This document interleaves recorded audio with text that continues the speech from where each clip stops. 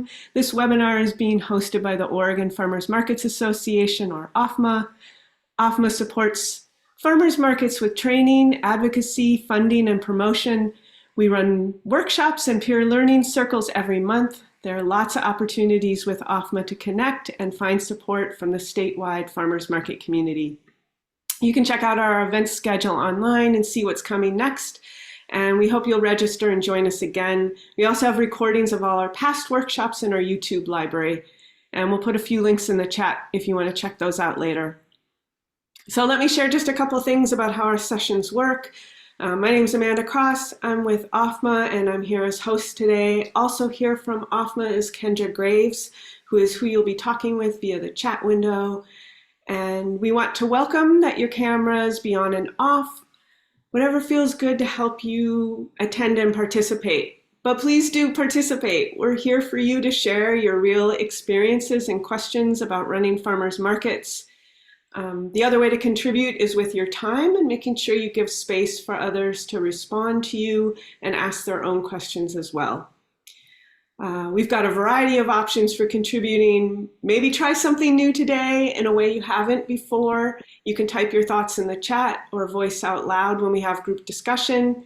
And we also love to see the use of emojis and reaction button to share a quick sense of how something landed for you or to give affirmation to what you've heard. And I gotta say, contributing this way really means a lot to the speakers to get some feedback and see your reactions, especially when we all have cameras off. So yes, feel free to let the love show here. And when you have a question, please, you can use the hand raise option or type them in the chat as you think of them. I'll call on you as we go. And we do have a Q&A time planned at the end as well. So today we're here to talk with Pamela Oakes, who is the owner of The Profitable Nonprofit. This is the second webinar in a quarterly series of fundraising focused workshops that she's leading for Oregon markets. And today we're going to learn how having a multitude of revenue sources is important for your market stability and how to approach finding and attracting those sources. So with that, hello, Pamela. Please introduce yourself and let's get started. Great. Let me go ahead and share my screen here for everybody. Let's see.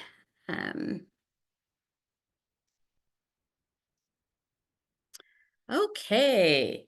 So hopefully, Amanda, you can just shake your head. Is my screen showing okay? Looks great. Perfect. Great. So welcome, everybody. I am Pamela Oakes. And for those of you who weren't here at our past training on storytelling, I'll give another quick introduction of who I am. So I've always been in nonprofits. That has been my career choice. I started out many years ago in doing some short-term humanitarian projects around the world. And I love that type of work. I love being in community, helping empower communities. And I did that for a couple of years, and an opportunity came up for me to move to Johannesburg, South Africa. This was shortly after Nelson Mandela had gotten out of jail. And so it was a brand new country, brand new constitution. And in order for businesses to continue doing business in South Africa after apartheid was banned, they had to offer a certain type of training to their workforce. That was diversity training, gender equity, affirmative action, employment equity, all those equity type trainings that never existed under apartheid. So that's actually how I cut my teeth on consulting, was in South Africa as a corporate trainer doing diversity, inclusion, and belonging training. And so while I was living in Africa, is when I really start to hear about the work of the Bill and Melinda Gates Foundation. So now, yes, I'm a Pacific Northwest girl, born and raised right here in Seattle. But at that time, the Bill and Melinda Gates Foundation had a very small footprint in the city. They wanted the focus to be on the work that they were doing. And then and now, the bulk of their endowment is spent on the continent of Africa.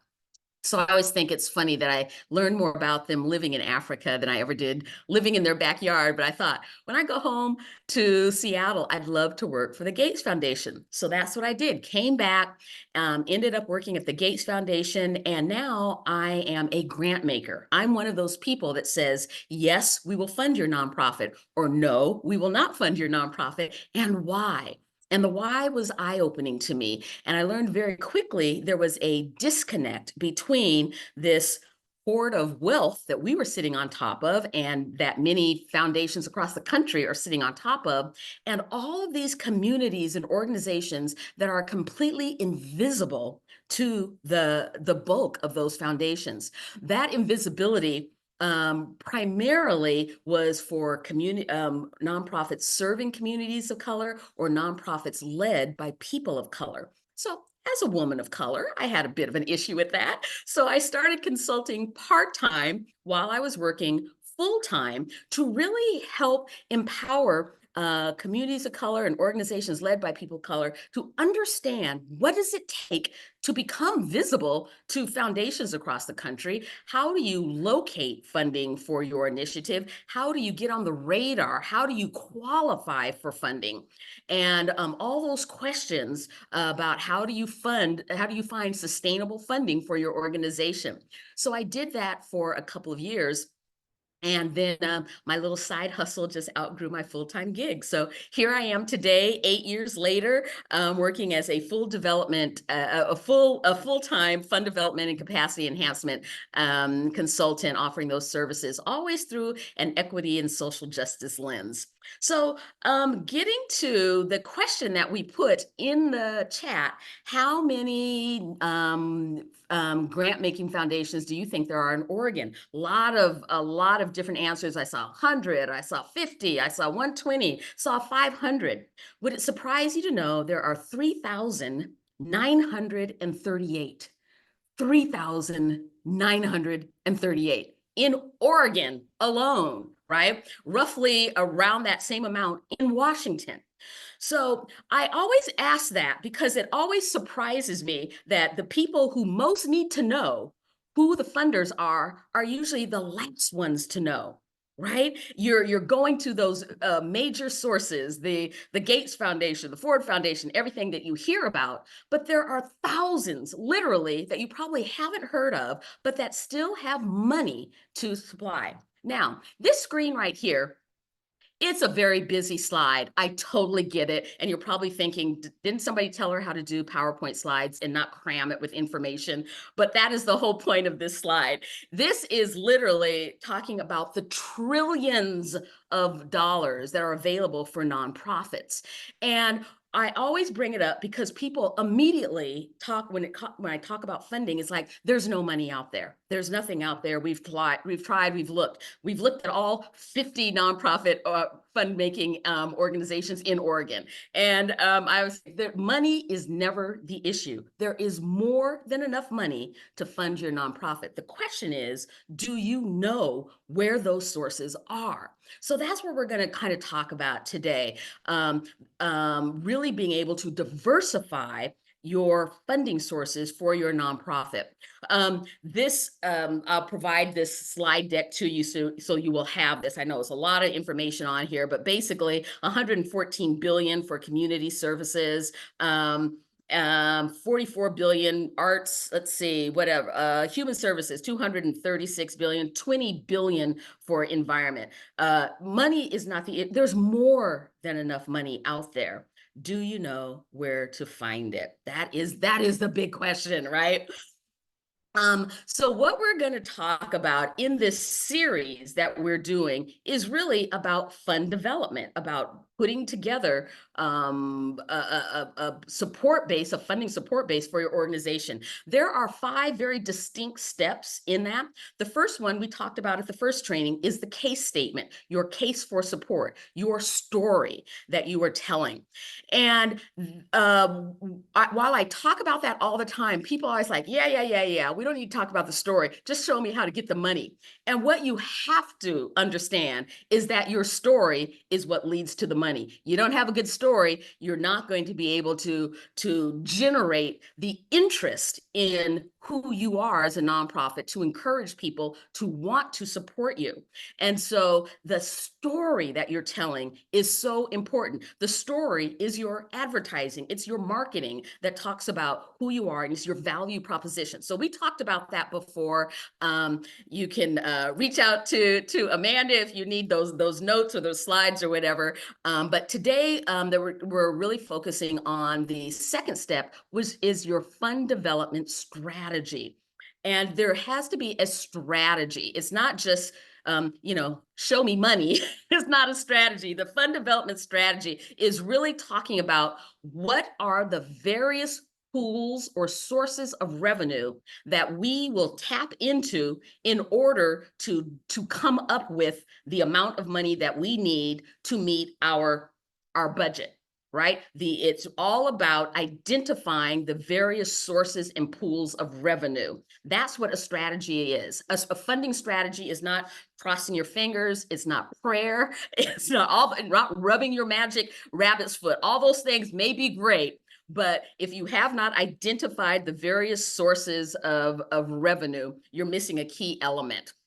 And then the third step is growing your donor base, which is really about connecting, what is the methodology and the process that you are going to use to ensure that as many people as possible know about who you are. You have to continue to grow that on a regular basis. That's actually going to be a real focus of our next training. Not going to get too much into it today, along with engagement activities. Now that you're growing this base of interested parties, how are you going to keep them interested and inspired by what you're doing? And then ultimately, there has to be some fundraising campaign if you're a nonprofit. So those are the 5 steps to fund development. You have to pay attention to all 5 of those. As I said, today's training specifically focused on the fund development strategy. Any questions? I know I'm giving a lot of information. I'm going to try to remember to pause so that you can ask questions if you have any. Also, don't be embarrassed at all to just interrupt me if you have a question. If there's some space in there, I have a tendency to talk a mile a minute, but feel free to put any questions in the chat or just interrupt me if you want to as well. But I'll try to be sure to pause for questions as well. So the first thing I want people to understand is why I specifically make a distinction between fundraising and fund development. Very distinct, right? Fundraising is transactional. Fund development is strategic. So fundraising is all about identifying the activities that you will be engaged with to get money. Fund development is about identifying the sources of money. Once you identify the sources, then you can identify what activities you want to do. The activities would be like, oh, we're going to have a gala, or we're going to have a jogathon, or we're going to do a cake baking contest, or whatever it is. We're going to do a raffle, right? Those are activities. But what are the various sources of revenue that are available to you, right? Fundraising is all about asking for money, right? And that's what people don't like to do, but we'll talk about that.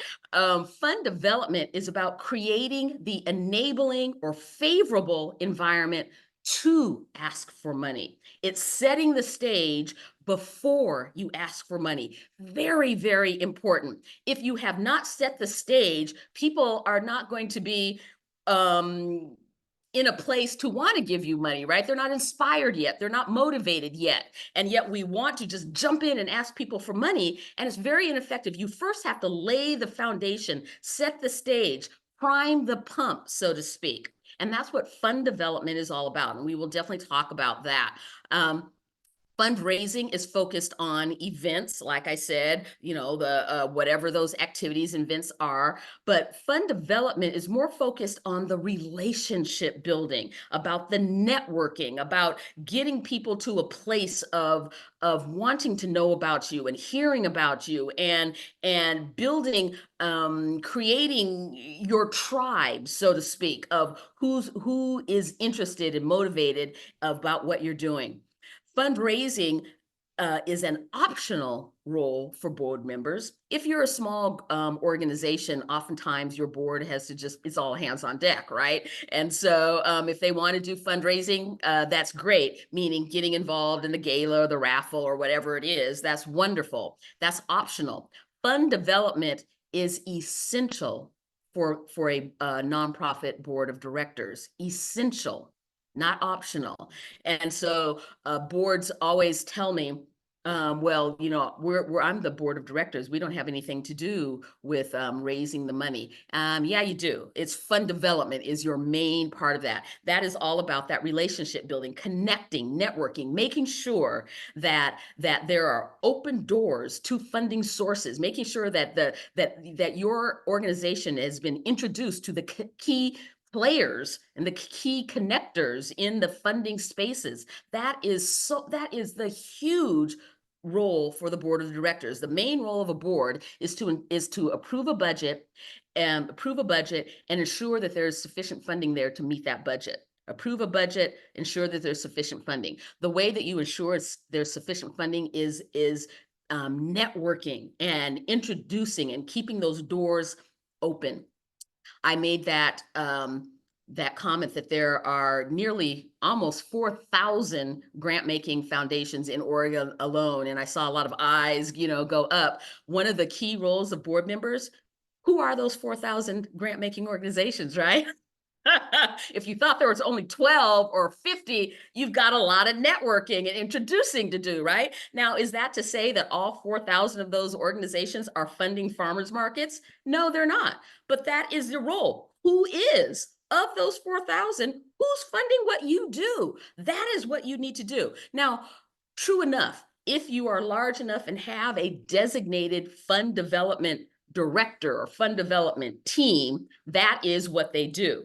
However, oftentimes the board of directors can always play a part in that. And in small organizations where you don't have that designated fund development director or fund development team, yes, and that becomes the question. Who's going to be the one to find out where are the sources of funding for what we do? And the board of directors can be instrumental in that.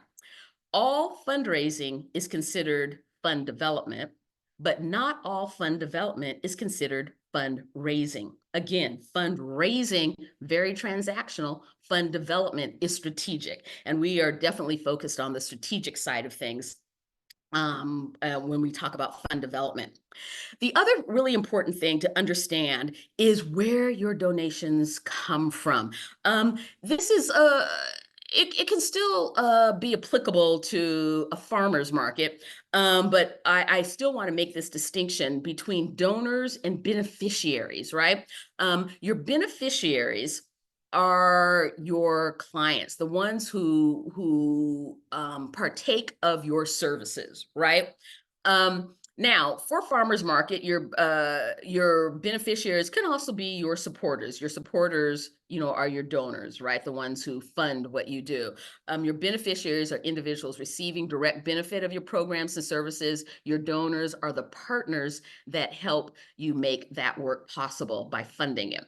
And for farmers markets, that can oftentimes be the same group. However, in all nonprofits is not. For example, if you are serving, say, the homeless, right? When you are out building a fund development strategy, you are not looking to the homeless population to fund your nonprofit. You have to get a different audience because the people that you are serving are not necessarily the people who are funding. That may or may not be applicable for a farmer's market, right? You serve your beneficiaries, but you inspire your donors. And the reason why I make that distinction is because so often, especially when I'm working with smaller community organizations, they'll always say to me, well, we're serving, a really poor or marginalized community. We don't have enough to also find funders. They don't have enough extra money to also fund what we do. And I'm like, you may very well be correct. That may be two separate audiences that you need to attract. One is the beneficiary who are going to partake of the services or who need the services. The other audience you need to attract are donors, supporters who will fund your work. Maybe they're the same, but they might be two different audiences. And so if they are two different audiences, you need two different strategies to attract them, right? And so too often people are like, well, yeah, we're just a poor community, so we just don't have extra funding. And I'm like, well, then go, raise money where the money is. If that's not in your community, you might have to actually go outside of that community, right? And because you have a different audience. And so you want to really think about that for who are the partakers of your particular farmers market. Again, you're serving your beneficiaries, but you're inspiring your donors. Beneficiaries, typically, you're meeting the physical, social, emotional, mental, or spiritual needs of your beneficiaries as a nonprofit. As a donor, you are meeting the altruistic needs of your donors, right? You're meeting that need for people to want to feel good, to want to do good, and to want to create something good, right? And so, because of that, your donors may or may not be partakers of your services. Think about that. They may or may not be partakers of your services. So, for example, if you have a farmer's market and you're thinking the only people who would be interested in funding us are the people who actually shop here, well, that could be. But what about that bigger vision of people that just want to ensure that people of the world have fresh food or to support local farmers? They may or may not be shopping with you, but they still have an interest in what you are doing. You still can inspire people to support you. So that is a very key distinction, because there's oftentimes two separate strategies that you need to be thinking about to develop a donor base and to develop a beneficiary or client base. Pamela. Yes. I don't know if Lacey meant this as a question or not, but I thought it was a good thing to bring out of the chat. Her definition of what the beneficiaries and the donors are for a farmer's market. You want to, since she's Yes. So, like I say, it could very well be the same. For example, the art museum, the Seattle Art Museum. I'm sure there's a Portland Art Museum as well. Art museums are nonprofits, right? However, the people that support the arts might also be the beneficiaries, right? They go to art museums, they love the arts, they go to art museums, and they also support. That's an example of where the beneficiaries and the donors might be the exact same pool. But an example of where you might have a different pool is when your nonprofit is serving, say, a homeless, people on the streets. They're not going to go to those people on the streets to look for donors. They're looking, then that nonprofit needs to find people who are inspired to help the homeless, right?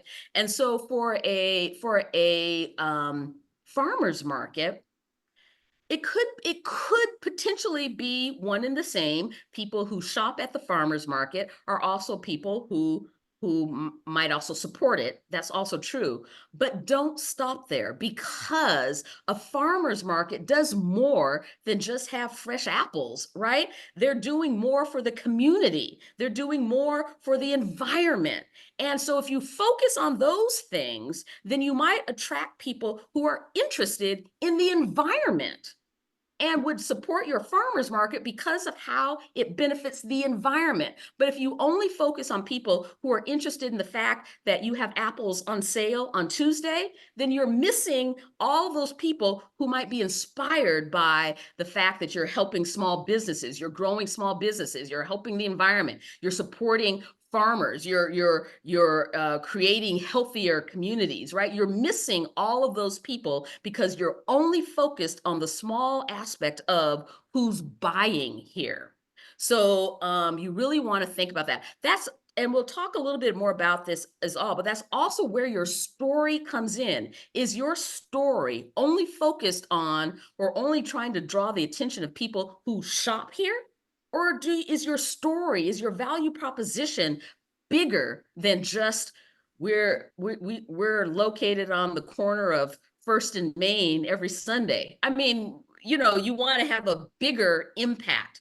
And that's where your case statement or your case for support comes in. What is the bigger aspirational goal of what your farmers market is all about? It is oftentimes much bigger than the fact that you're just helping farmers in Oregon. There's a bigger impact than just um, you know, the best apples in Oregon, right? And so that's usually what you want to focus on, because that'll draw in a lot of that'll draw in a bigger crowd.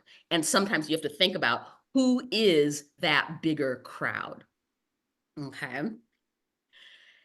And so when it comes to funding a nonprofit, what you have to understand, there are many, many, many, many ways to fund a nonprofit.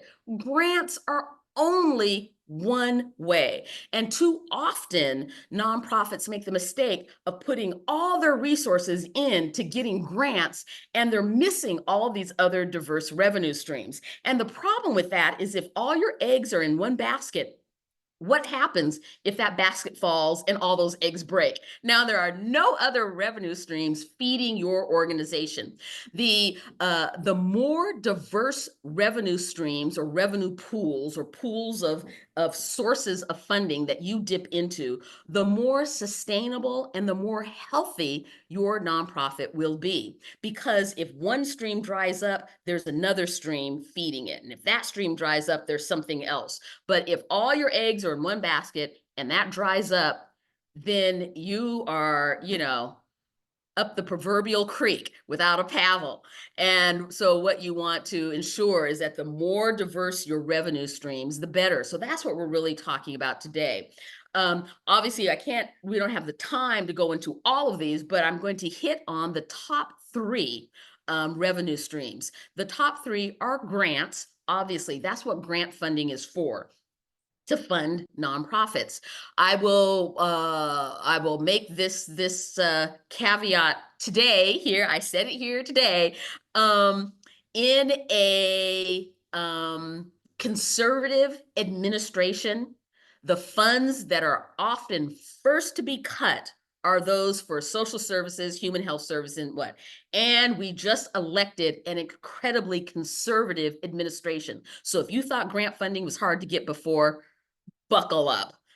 So all the more reason why you need to find diverse revenue streams, because those are oftentimes, though that money for grants is the first to get cut in a conservative administration. Historically, I'm not just talking about our most recent election. Historically, a conservative government cuts out what they consider to be the excess or social funding. And so that's a lot of where grant funding is coming from. So, but we will talk about grants though, right? Because that is what it is for. There was a lot of strings attached to grants for those of you who have been involved in trying to get grants. It's sometimes the requirements for getting the grant or keeping the grant or reporting for the grant can be more burdensome than having the money, right? So we'll talk a little bit about that. The other second source that is very readily available is corporate social initiatives or corporate funding. And this is money from for-profit corporations or businesses. Oftentimes they have money dedicated to give away to charity. This is one of those sources that I find more money gets left on the table under corporate social giving than anything else. Now, you're not going to possibly get those big, huge gifts like you might get a big grant, six-figure grant. Corporate social initiatives are often, you don't get those large gift awards. However, they're a lot easier to get. And once you get it, the money's yours. Oftentimes it's unrestricted, which is even better. And they're easier to get and more readily available. And I believe the statistic is something like roughly around 85 or 90% of major corporations out there have some form of corporate social giving program, corporate charitable giving program. So corporate money is huge. And the reason is because of our tax structure in the United States. If you're a 501c3, corporations get a tax break. They can write that money off if they make a donation. And if you are running a business, oftentimes being able to write money off and not pay taxes on something can really undergird your bottom line, right? And so there is a definite incentive for corporations to be able to save money on taxes. Corporate taxes, business taxes is the highest tax burden in the country. So anything that corporations and businesses can do to help them in that, they will do. And part of that is giving money away, right?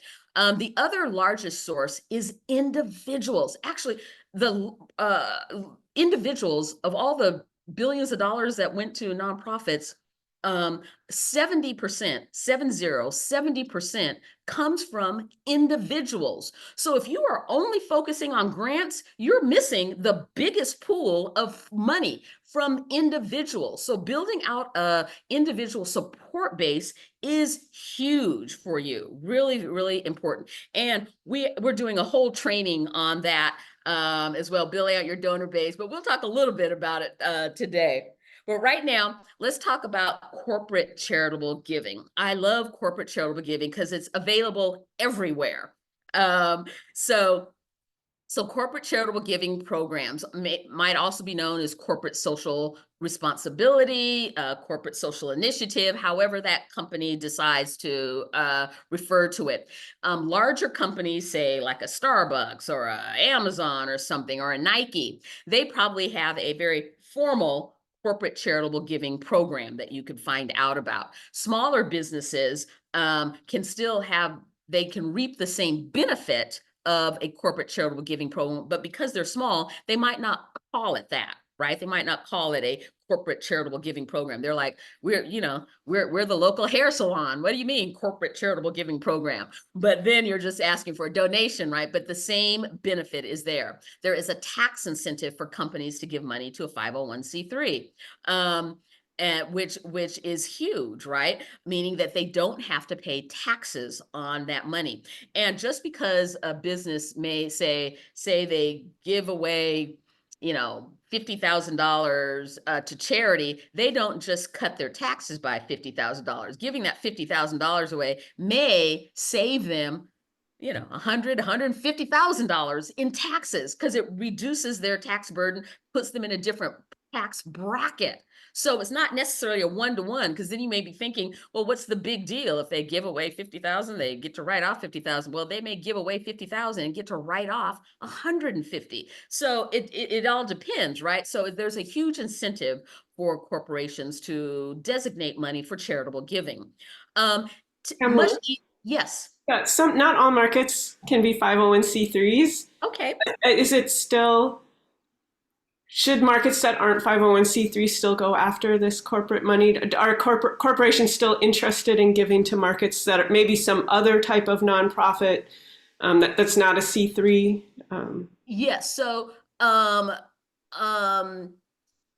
if you might not be a 501c3. That is a specific designation under the tax code. They're under the 501 tax code. There are 26, I believe, last count. You can be a 501c1, 501c2, 501c3, 501c4, 5, 6, 7, 8, 9, 10, 11, all the way up to, I think, about 501c26, right? A lot of different designations in that. And so then that I am not an accountant, and so I'm not going to speak on that, but that, what the tax implications are based on what your designation is a question for your accountant, right? For sure. However, yes, to answer that in a general sense, I would absolutely still go for corporate money. The reason being is because while corporate money is great, they can write off that tax incentive. The other reason why corporations oftentimes give to charity is because they need to be seen as giving back to the community where they're located in. That is huge. It's huge goodwill. how often are big corporations demonized because they're just considered as taking, taking, taking, taking? A prime example of that was here in Seattle with Amazon. We really saw this during the pandemic when there was such a great need out there, and then all of a sudden, especially in Seattle, we're looking to all the people who have money here, like Bezos, and we're like, wait a minute, gosh, of all those billions you have, such a tiny percent is even going back to the community that has enabled you to make all these billions. Can't you be a little more generous, right? And Bezos got a lot of bad press for that. And so ever since then, just surprisingly, I don't know that you see this probably not in Oregon, but here in Seattle, all of a sudden now, oh, there's all of these Amazon commercials, not to buy at Amazon, but what a wonderful place Amazon is to work, and how wonderful Amazon is for the community, and how all these great things that Amazon is doing to give back. That pressure of being seen as someplace where consumers want to buy is very, very important. If your sole purpose is to make money, you need to ensure that people want to continue using you. And so that is a huge source. So even if they don't get a tax break, there is that sense we're supporting our local farmers market because we want to be seen as an organization that cares about farmers, right? Or cares about the local community, or is supporting to the infrastructure of our community. Companies have a very they're very keen on that, right? On what their reputational value is, because the better their value, the more customers that they can retain. So there is absolutely still a benefit, even if you're not a 501c3, to still go after corporate money, for sure. Again, much easier entry point. Oftentimes, while the grant process is getting a lot easier with applications and whatnot, they've taken a lot of that legalese out of applications and actually can have a grant application in plain English. Brilliant, miracle of miracles. Why they didn't do that before, I don't know. But yes, so the grant application process is getting more streamlined, easier, but it can still be very complex. Whereas corporate money doesn't put you through all that, because they are not necessarily concerned with monitoring or overseeing how the money is spent. They just want to be seen. They want to be able to post that, hey, look at all this great work we're doing. We've given this much money back to our community. Aren't we great? You should shop more here at our company, right? And so oftentimes it's just a simple application form, if there's an application form at all. Sometimes it's a letter of interest, maybe copy of your budget. That's it. Much easier entry point. Now, the thing about it, I say to make a call or do some recon, some reconnaissance, right? Investigation, because a corporation, a for-profit company, is not in the business of giving money away like a foundation is. Their sole reason for being is to make money. So oftentimes, unless they're a huge company like a Microsoft or something, they're not going to have something on their website that says, oh, here's all the way that Microsoft is giving money away. It's not really advertised, right? You can find all kinds of ways to make Microsoft some money, but to find how they're giving it away is sometimes you have to do a little investigation. But it's always worth a phone call. A good phone call to make: call them up. Simply, you're going to get to the receptionist and ask them to speak with somebody in charge of their corporate charitable giving programs, or their corporate social responsibility, or their corporate social initiative. I don't know how they'll call it. And they may even say, not sure what you're talking about. And then you can just ask them this question. If, for example, one of your employees were to make a donation to a nonprofit, does your company match that donation? If they say yes, they absolutely have a corporate charitable giving program. You want to talk to the person who oversees that, right? Because that's a key indicator that they have some type of corporate charitable giving program. The fact that they'll match donations that employees make, right? And you just need to get as much information as you can. Corporations, and the information that you want is you want to know, how do they exercise their charitable giving? So corporations can exercise in a lot of different ways. They can do a direct grant. I know for those here in Seattle, if you're located in Seattle, because Starbucks home base is here in Seattle, nonprofits can get like what's called a community grant, right? And I think it's like $1,000 or something like that. It was just a direct grant, but you had to be located here, right? So do they do something like that? Or is it employee donation match, meaning if their employee makes a donation, then they will match whatever donation their employee has made? Or do they do a direct donation match? For example, if you have a fundraiser, and you've heard like, oh, well, if we raise $20,000, then Nike will match that $20,000, right? And do they do something like that? Do they sponsor you? Like if you have an event or a community event, they'll sponsor it, they'll pay for everything, or they'll be the corporate sponsor of this community event or whatever it is.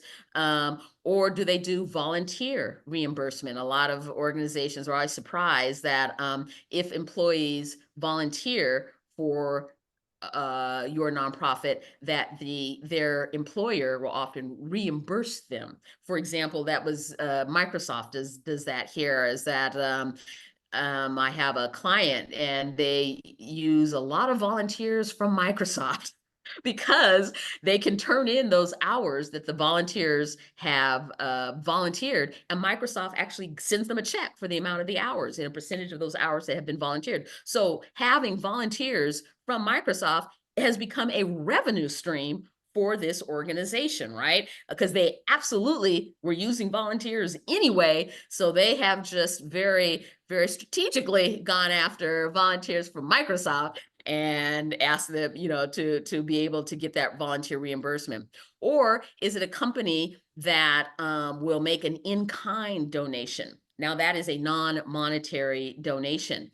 And that can be just as Yeah. valuable, right? It might not be cash in the bank, but it can be just as valuable, because that means you don't have to go out and spend your money on whatever it is they donated. So say you needed, new computers, maybe yes. Is there a question?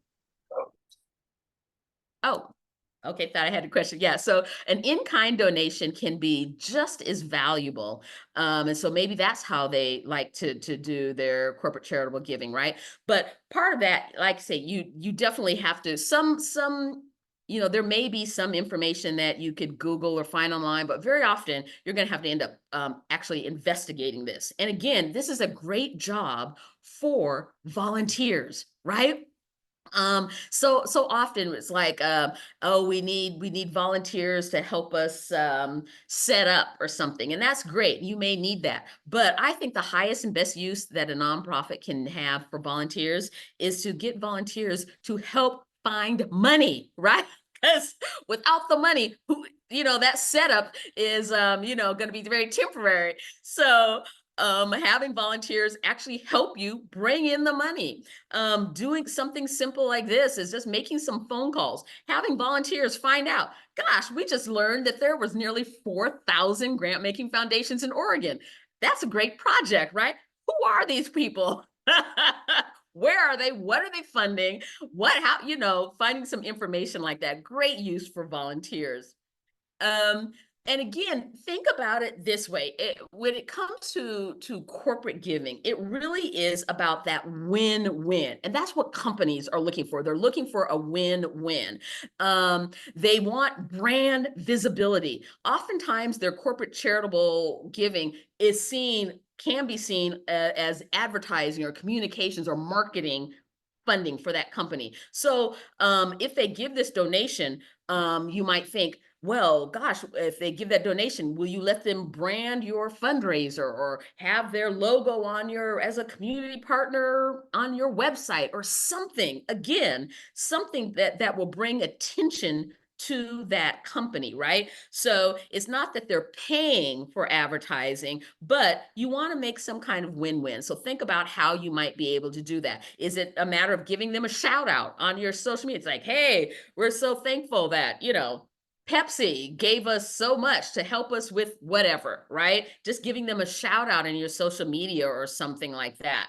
It could be, if you do a fundraiser and have a gala or something, maybe it's a matter of branding the table that they're at, having, so their signage is on that table so people know, or something along those lines, in that regard. Rose, I see your hand up.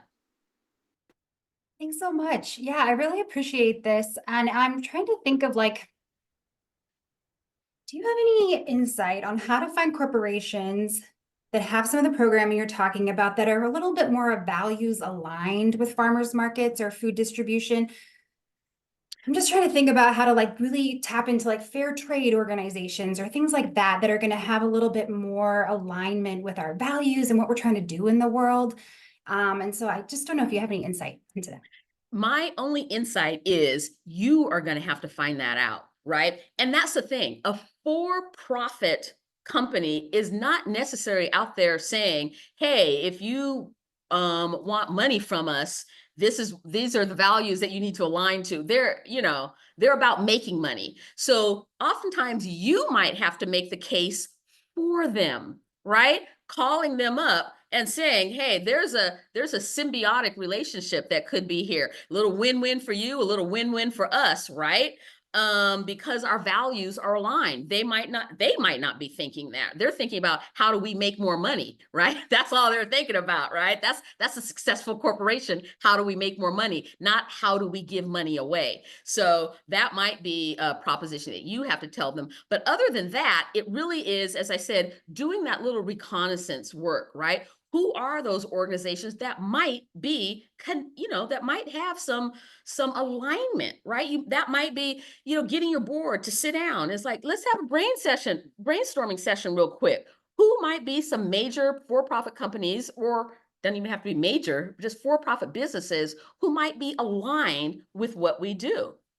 And think about that and come up with some different ideas and start making a list. And again, because it's corporate funding, again, it's one of those things, there's not a lot of advertising out there about it, because that's not what they're focused. Their advertising is focused on how to get people to spend more money at our corporation. Right. So you have to oftentimes do a lot more investigation on that. I know that's not exactly what you wanted to hear, but that is the truth of the matter. But the fact is, again, once you find it, it's a lot easier money to get, though, right?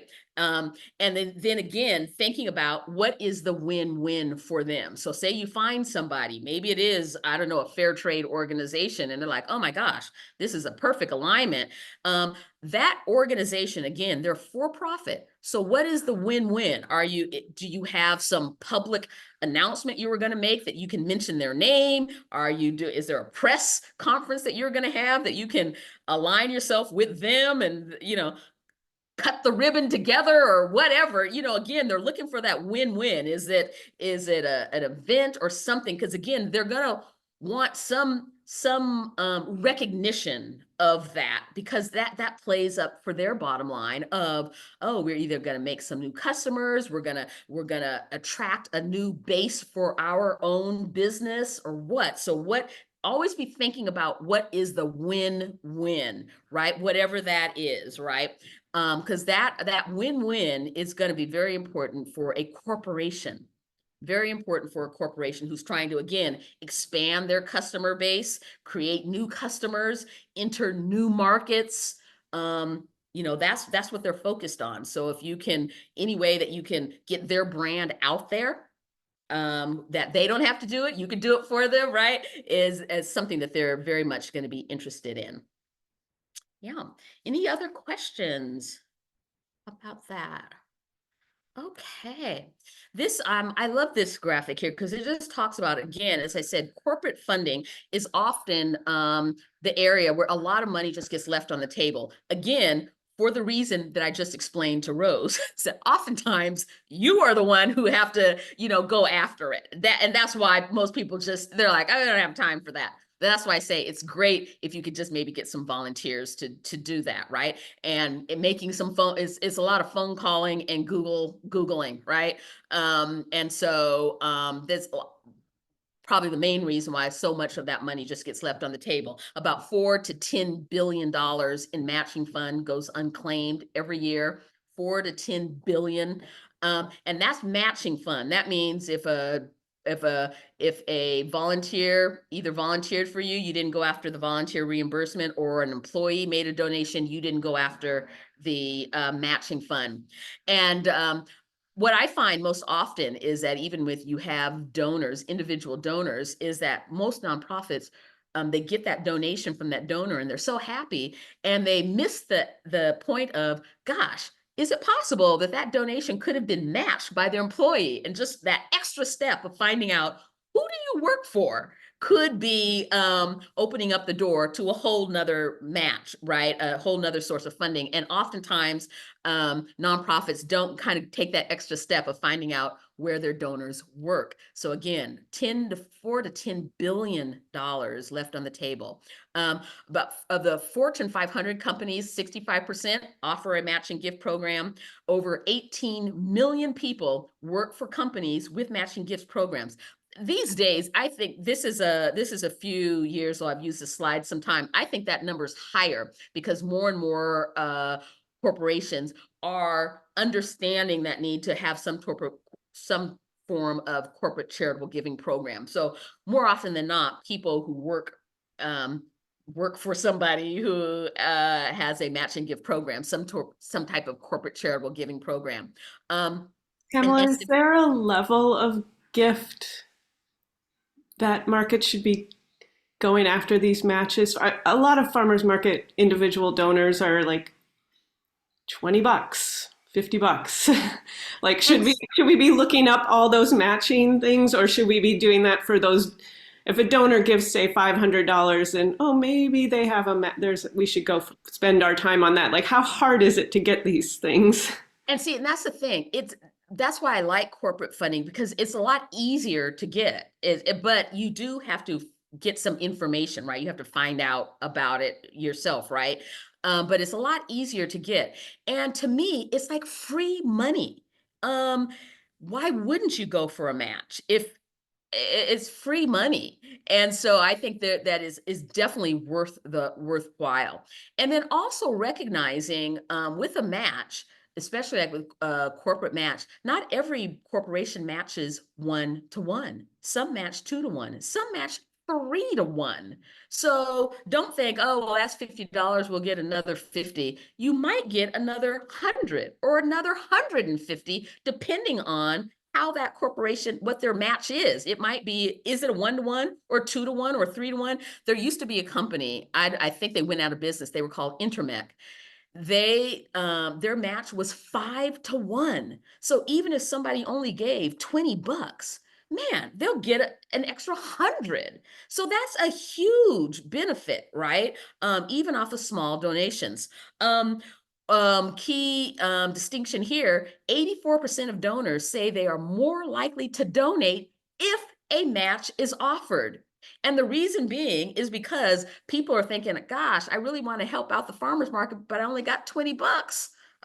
Not going to go very far. But if you could say, no problem, because we can get a match, where do you work? That person is much more likely to make a donation instead of holding it thinking it's not going to make a difference. So, so something there to really indicate. Yeah. Eileen has a question. Eileen, Eileen White. You are muted. Oh, there you go. Eileen, it looks like you're still muted. Unmute. There I am. Okay. Perfect. I think we were both kicking the button at the same time. So I've kind of 3 points/questions. One, do you know, is there a list or some place to Google to see what companies offer employee matches? Is there a list out there that you've ever heard of? Not really. There's not a comprehensive list, no. And Okay. again, the reason being, as I said, companies, for-profit companies, are not in the business of giving away money. So they're not likely Yeah. to advertise it, right? They're about making Mhm. money. Yeah. Yeah. Okay. And then the other point I was going to make for all of us here that are in Oregon, if you are a 501c3, it's pretty easy to sign up for Fred Meyer's Community Rewards. We get like, the last few quarters, like 170 some, 180 some dollars each quarter just from people shopping at Fred Meyer that have signed up, and it doesn't cost them anything. So we're now at like 47 households or something like that. But that's just letting everyone know that's an easy thing to do. And then in terms of corporations that give things away, I put in the chat that there are a lot of times there's a community outreach director and things. And through my career, even before I was a farmer's market manager, when I worked for a for-profit company, a lot of those folks are involved with chambers of commerce in that. That's how I met. And their whole job is to be involved with, when I lived in LA, at the Hollywood Chamber of Commerce Foundation for Fundraising. They were there to make sure to make decisions about where to give money and that. Yes. So, and most of our sponsors we have got because I have gone to local Chamber of Commerce functions. So that's just a hint, because we're a small town. We don't have lots of big businesses, but anyway, but we do have Northwest Natural and folks like that. So. Yeah, perfect. I love that. One thing, again, that you, something that you had mentioned, Eileen, you said, well, we're in a small town, and that's again kind of getting to that place of only thinking that if your farmer's market is located in this one neighborhood, in this one small town, that only people located in that neighborhood, in that small town would support you. Again, that's trying to get bigger of what is the bigger aspiration of what we are doing, how we are contributing maybe to a bigger ecosystem of health or fresh produce or something like that. But if you're only focused on just our neighborhood or just our small town, if that's where your story is, then you automatically limit who might hear about you and who might be interested in you. So something to think about there. And again, this last slide here is like 1 in 3 donors indicate they'd give a larger gift if matching was applied. Again, there is that thing when people give, they want to know that they're making a difference, that they can make a difference. And very often it's like saying, gosh, I only have $10 or $20. But if even you being able to say, it's like, but where do you work? Man, we could maybe match this. Have you, does your employer have a matching gift? Then people are oftentimes can maybe stretch a little bit knowing that they'll be able to make a greater impact. So again, very, very important corporate giving. But again, the caveat with corporate giving is oftentimes you have to do the research for that. If you're fortunate enough to have a dedicated fund development team, that's great, or fund development director, that's great. But these are great projects for volunteers. It doesn't have to be, say it's not a full-time job, but maybe, a couple of weeks or maybe a month, or maybe someone who could volunteer some time over the course of 3 months to simply get some information for you, creating a list, as Eileen talked about, who in Oregon is doing this, who in Oregon has a corporate charitable giving program. Of course, I say that there's no comprehensive list. There is absolutely no comprehensive list. However, Google I love Google, right? Google companies in Oregon that have a corporate charitable giving program. It'll probably bring up something. It'll probably bring up the main ones, because again, some of those major corporations will put something possibly on their website because they're big, right? But those are only the few. The bulk of corporations will not have something on their website. But try Google first and see where that gets you. So the next thing we're going to talk about here is grant funding. So grant funding is, again, for, as you know, for nonprofits. That's what it's created for, to fund nonprofits. And so again, it comes down to that place of, so who has funds available? Where do you go to find grant funding? And just like you just trying to find out information on Starbucks and you Google Starbucks, right? There's a search engine that you can put in Starbucks and it brings up information. There are search engines for finding grants. I've listed some of them here. These aren't all of them. These are actually in no particular order. What I do like about these and why I've necessarily pulled these out is because there's an actual search function on these sites where you can go in and you can put your criteria in, women and children or farmers markets, and find out what grants might be available. Number 3 there, grants.gov. The US government far and away is the largest source of grant funding for nonprofits, the US government. However, I'll say this caveat, I should probably star this one, is that if you've ever gotten a grant from the US government, you talk about cumbersome, arduous, burdensome application processes. Oh my goodness. So you really want to think about that. And even their site itself, you go to grants.gov. Oh my gosh, you could spend from now the rest of your lifetime trying to search through that. There is so much information there. So again, while there is the most amount of money for nonprofits is on grants.gov, but oh my goodness, once you work with the government, if working with Uncle Sam is no joke. So you may want to think twice for that. And also being able to just look through everything that's out there. It's a behemoth. That really is a project that somebody has to do for you. So, but I do list it because, again, the US government is the largest source of funding for nonprofits. Some of these are subscription services, meaning you have to pay in order to use them. And then you're thinking, well, if you have to pay, why did you even list them, Pamela? Well, because things like on most of those, like say, for example, Grant Gopher. I like Grant Gopher. It has a search engine, is subscription. However, if you don't have a subscription, it will still give you information, just not as much. So you might say, put in your criteria, farmers markets in Oregon, or something else. It could be, think of how your farmers market sits in the ecosystem. It might not be called farmers markets. Maybe it's considered farmers or fresh produce or food access, right? That might be the criteria, right, that you're using, food access or something like that.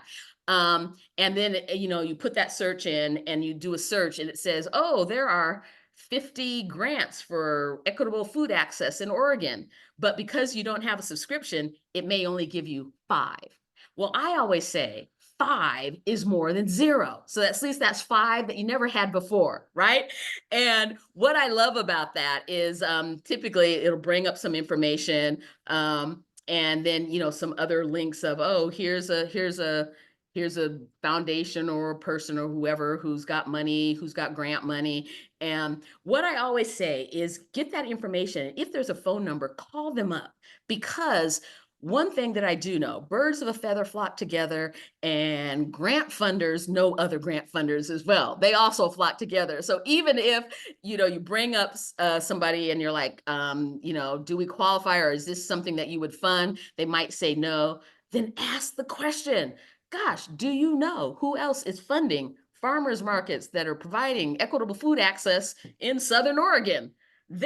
That's a good source for you, because that's the space that they play in. Now you're in their sandbox. They know who else is playing in the sandbox. And having that kind of connection can be great. So just because they say no, ask if they know somebody else. Who of those 4,000 foundation, who else is funding in this space, right? So these are really good. I really like also on here, and why they're on here, Philanthropy News Digest, as well as Foundation Center Online, because there's especially Foundation Center Online, there is, oh my gosh, everything that you could possibly want on Foundation Center Online, but also you can sign up for their free newsletter to get alerts about grants, which is also what you want. A lot of these sites, even if they're subscription sites, even without the subscription, you can sign up for the free newsletter. Why? Because then when grants are available, they notify you. It's like, hey, here's a grant that you might be interested in Oregon.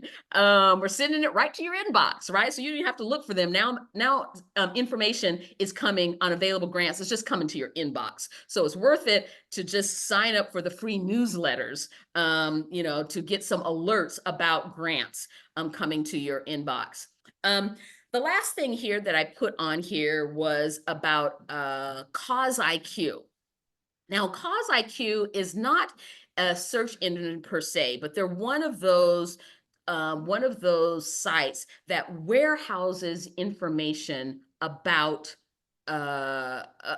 foundations and grant making organizations around the country.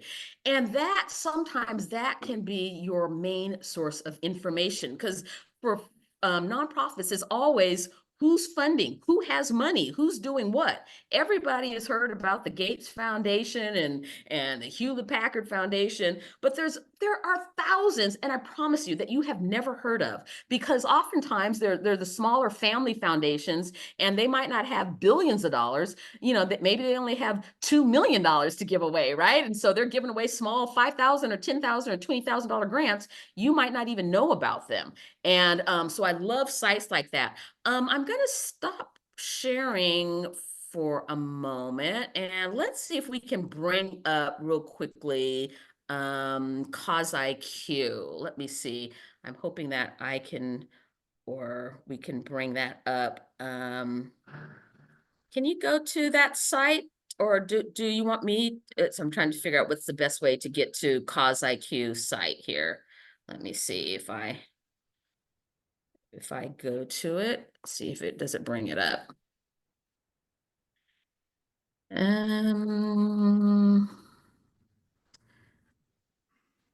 Let's see. What do we have here? So if I share my screen, and hopefully everybody can see this. If it doesn't come up, I can try to. So just okay. I think I got it there. Hopefully it shows. Can people see that Cause IQ?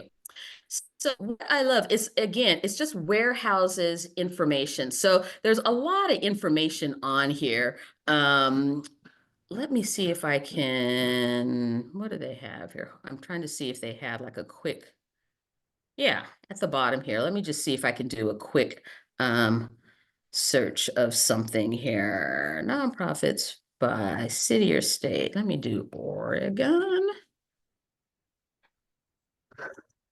And again, I do not have a Cause IQ subscription, so this would be just like you putting something in, right? And then I think I'm just gonna, just for lack of time, I'm just gonna go just with Oregon. Did the screen change for you as well? Okay, great. So then I said, I just wanted to do a search on nonprofits in Oregon. And so then I click enter, and voila, all of these nonprofits came up, right? And then, it talks about there's just so much information.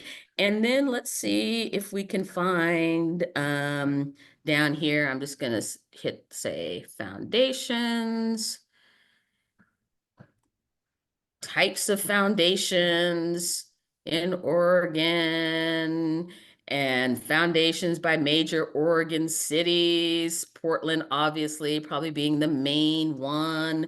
But like I say, there's so much information. And so say, for example, if I was to just bring up, I'm just going to randomly go through this because I want to see if, okay, so when I just clicked on foundations in Portland. And so then as I'm scrolling through, now it's actually listing, and again, I don't have a subscription, but it's actually listing organizations, foundations in Portland. Now, what's the big one? Murdoch. Everybody's heard of Murdoch, right? But it has all of these. What about the Collins Foundation? I don't know. Have you ever heard of the Collins Foundation? I haven't.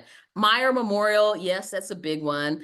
You know, James and Shirley Rippey family. I don't know. Maybe, you know, yes, Nike, yes, Intel. Those are the big ones, right? But there are so many foundations here. And if you were to just click on one, and again, I am just randomly clicking on one, the Collins Foundation.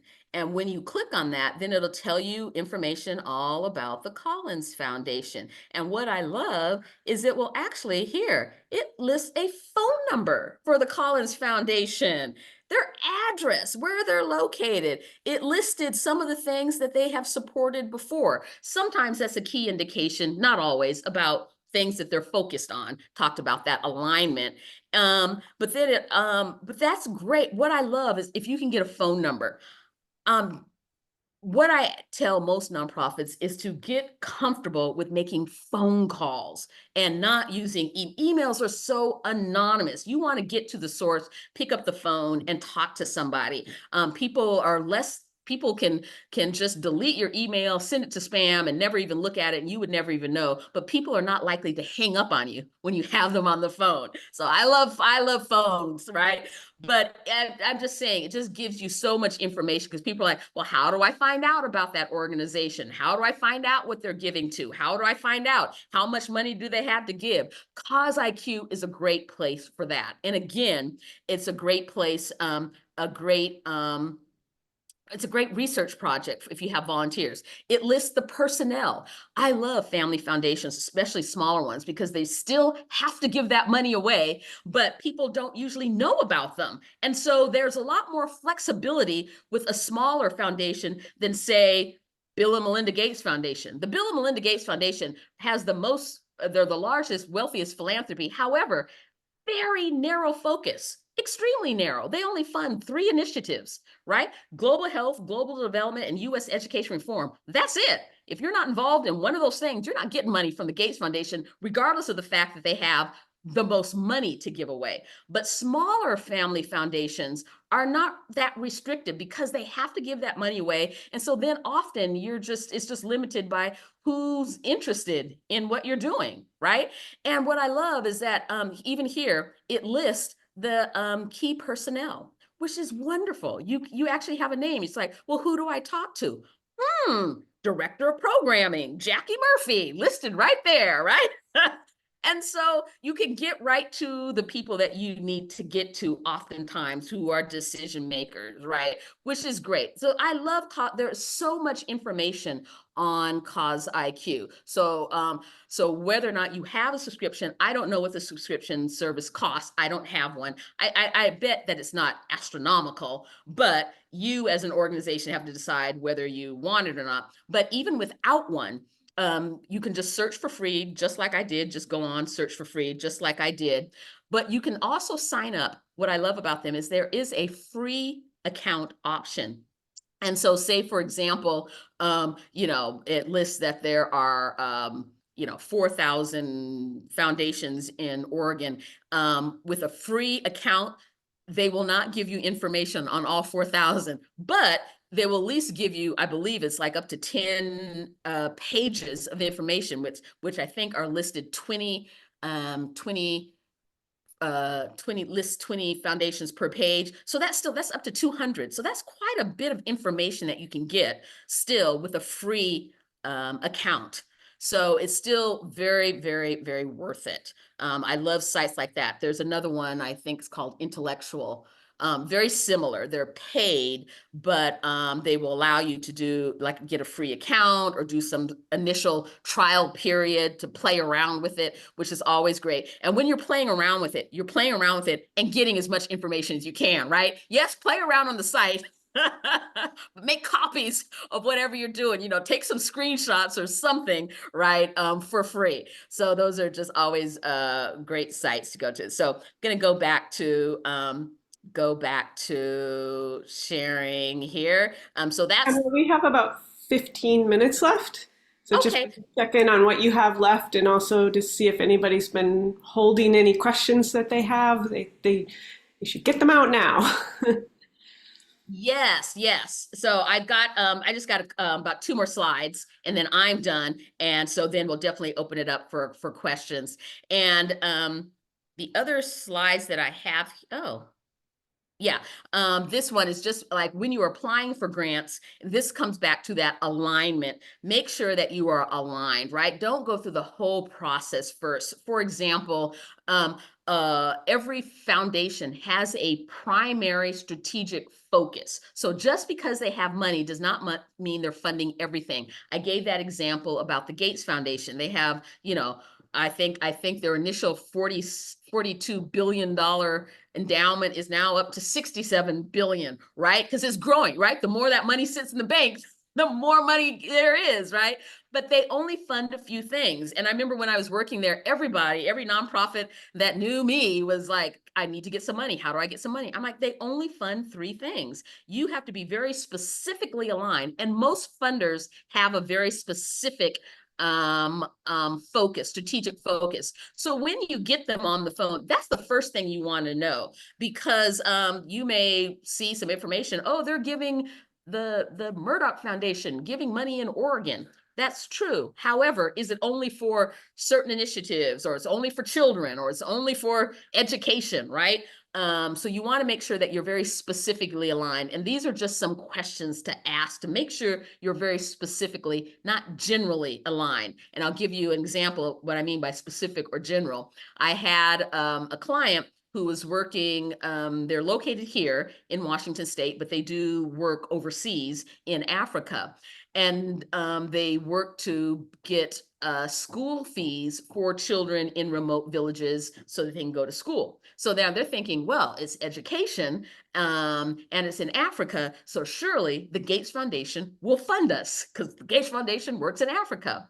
Well, the Gates Foundation, number one, does not fund individual nonprofits. They usually fund systems, and they don't fund international education. So while generally speaking, they were aligned, Africa, education, but specifically, they're not aligned, right? So you want to be sure that you, before you delve into some of those can be very complex grant applications, you ask some questions, do a little bit of homework first. Sometimes you think that your grant is being rejected, and you're like, why were we rejected? Maybe it's because more often than not, it's because you're really not aligned, and you just didn't go deep enough to figure out, are you really aligned? So then building your support base. I only have a couple of slides on this because we're actually donating or dedicating a whole training to building up donor support. But I do just want to touch on it because in this fund development, because building a donor base is actually one of the largest sources of funding for nonprofits. So what you want to do when it comes to building out an individual donor base is you have to think about, what is our process for continuously and regularly connecting with new people? Very, very important. You have to be able to connect with new people on a regular basis. More often not, organizations, they'll have this core set of people, and that's all they use. They never think, they're like, oh, we're pretty good. We have a pretty good donor base. But donor bases naturally, there's a natural attrition rate, and it's actually very high. It's about 15 to 20% a year, meaning that even if you had 500 people, if you don't get any new people, you're going to lose about 15 to 25% of those people every single year, just because life happens. Some new shiny nonprofit came along, or life itself, they can no longer support or whatever. And so if you're not continually getting new people in, then ultimately your donor support base will just flatline. That's why you'll find organizations all the time. I ask them, how many people in your donor base? They're like, oh, we've got 10,000. I'm like, how many are active? And they're like, oh, 200, right? because they're not keeping them interested. So you have to continually get new people all the time, right? And the key also is to collect their contact information, right? That's what you want to capture. You want to capture their contact information. and collect it and store that somewhere. That is why what a donor management system is all about. Yes, that is typically a software that you have to purchase. And so that's up to you. But even if you don't purchase donor management software, an Excel spreadsheet can do the job manually, right? But you have to have some place where you're collecting contact information. Very, very key, collecting contact information. So this is the distinction between, oh, well, we've got a lot of followers on Instagram. But if you have no means of calling them up, sending them a letter, mailing them something, calling them by name, that the fact that you have 500,000 followers on Instagram does you no good when you need money, because if you have to have a way of reaching back out. So you are not looking for followers, you're looking for donors. Big difference. There's a different motivation for somebody to send you money as opposed to, oh, clicking a like because they like that picture on your Instagram profile, right?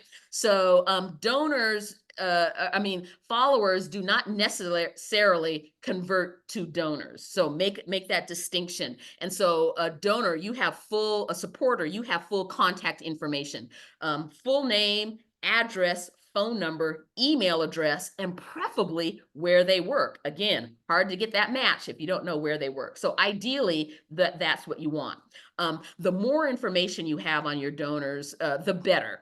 Because what the idea is that you are tailoring your fundraising campaign for who's in your database, right? And we could talk more about that, but at least having contact information. And then once you have that list, you have to cultivate those relationships. You have to keep them active and interested. And so that has to be done on a regular basis. And typically the only time that nonprofits reach out to their base is when they need money. And that's just not really effective, right? If the only time you reach out is when you need money, like, gosh, you haven't talked to me for 3 years. Now all of a sudden you need money. So now I'm your best friend, right? The idea is to keep that relationship going, keep them interested. And so, yes, that might be a newsletter. You might have that. Yes, that's telling about, sending the sales promo for the fresh Macintosh apples that just came in, but also reminding them of your story, that bigger aspirational picture of why farmers markets are so important to the state of Oregon. You have to continue to remind them of that. You work in it, you know why, but don't think that people who shop at farmers markets understand the place and the significance that you play. So always think when you're cultivating relationships that you think of ways, how do we constantly keep that story and remind them of who we are and what we're doing. Again, we'll talk more about building out a donor base next time, but for now, this will be the last slide on this, which is just very, very important. That in fund development, really, it's relationship. 60% of successful fundraising is cultivation, building that relationship, nurturing those relationships, priming the pump. And 30% is stewardship. What do you do with the money? Are you a good steward of the money? Do you spend the money on what you said you were going to spend it on? So given that, in successful fundraising, 90% of successful fundraising is not even asking for money. Not asking for money. 60% is just building the relationship, 30% is stewardship, right? 90% is not asking for money. And the reason being is that if you do cultivation, relationship building, networking, and stewardship correctly, then you should only have to ask for money 10% of the time, which is about once or twice a year. But what most nonprofits do is they forget all the relationship building, and every time they reach out, they are asking for money, which comes across, if you're doing that all the time, if you're spending 90% of your time asking for money, it's coming across as begging. And people they get tired of that. They want to know, share the story with them, talk about the importance to them, keep them inspired. That is what relationship is all about. So that when you need money, you have a group of inspired supporters there who are already primed, who are already pumped, who are looking for an opportunity to give. But if you let that excitement and that motivation and inspiration go down, then when you need money, it is a big, huge effort to try to drum that up at the last minute when you haven't, because it comes across as very inauthentic and insincere, because you haven't done it before. And now all of a sudden, now that you need money, now that you're trying to get my attention, it's best try to keep that attention high. And so think of, and we'll go into this more again in the next training, but think of all the various ways that you can keep people's attention maximized, so that when you need money, they're ready to go. They're warm leads, not cold leads, right? Okay, so we have a few moments left for any questions that came up. I know I always load you up with information. I get it. It's a lot to absorb. Again, I'll remind you, I will happy to share the slides with Amanda so she can send those out, so you will all have the slide deck as well. Any other questions or comments? Okay, I don't see anything. Amanda, do you see anything in the chat maybe that I'm not missing? Yeah, nothing's come in on the chat, but I do want to highlight that we have a survey there to get some feedback to Pamela. If you can click on that today and turn that in, we'd love to hear what you thought. We have 2 more of these workshops coming up next year. You can already sign up for those and get those on your 2025 calendar so you don't miss them. Sure. A lot of thank yous coming in now, Pamela. Thank you. Thank you. It's always my pleasure. I love talking about this. As you can tell, I could go on and on and on, but I won't. So looking forward to being with you again. I think, when is the next one, Amanda? Is that in January? I forget? I don't have the date in front of me there, but That would be I'm a good sorry thing to put you on the spot. February, I think. Yeah, didn't mean to put you on the spot there, but we have 2 more coming. Great. Well, February 18th. Thank you, Lacey. great. Thanks so much. February 18th. Yeah. Mark the date on your calendar. So great. Thanks so much, everybody. Really appreciate it. And then always, again, please fill out the evaluation. That helps me to know, what I can do for the next training coming up. Might be talk a little slower. I've gotten that sometimes. I get it. Please, good or bad, but love your feedback, and looking forward to being with you again next time. Take care. Thank you, Pamela. Thanks everyone for being here. See you next time. Okay, bye-bye.